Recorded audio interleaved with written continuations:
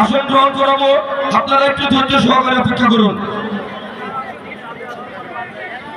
আমাদের খেলা শেষ হলে আমরা লালপুর বাগাতিপাড়ার আমাদের অতিথি যারা আছেন তাদেরকে যথাপযুক্ত সম্মান দিয়ে আমরা আসন গ্রহণ করাবো। আপনারা ধৈর্য সহকারে একটু অপেক্ষা করেন। আমি যারা আজকে খেলা উপভোগ করতে উপস্থিত হয়েছেন তাদের জন্য আমি আরেকটি সুখবর দিই। আপনারা যারা খেলা উপভোগ করতে এসেছেন তাদের জন্য আমরা আরেকটি সুখবর দিই।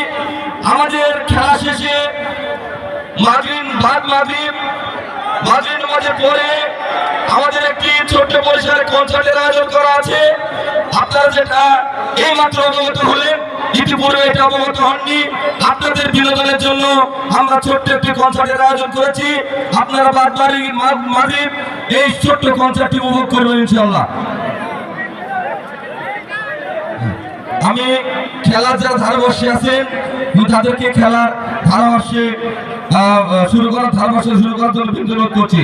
আর যারা আমাদের ইউনিয়ন বিএনপির সম্মানিত সভাপতি, সাধারণ সম্পাদক এবং সাংগঠনিক সম্পাদক উপস্থিত হয়েছেন, খেলা শেষে আমি তাদেরকে আসন গ্রহণ করাবো। আপনারা ধৈর্যচ্যুতি হবেন না, আমাদের খেলাটা একটু উপভোগ করুন। দর্শক লালপুর থানা আব্দুল সালাম ভাইকে মঞ্চে আসার জন্য আমি সবিনয় অনুরোধ করছি। আব্দুল সালাম ভাই, আমি মঞ্চের সামনে ছবি তোলা পাতে খেলা দেখবো। আমাদের কোনো কথা নেই না, দয়া করে মঞ্চের সামনে থেকে চলে যাবে সবাই। আমি বিষয়টা অনুরোধ করছি, আমাদের এখন খেলা শেষ হোক, খেলা শেষের পরে আপনাদেরকে মঞ্চে দেখা হবে, যারা অতিথি আছেন তারা দেখা হবে। এখন সম্মানিত অতিথিকে দেখানো হয়েছে, খেলা শেষে আপনাদের দেখানো হবে।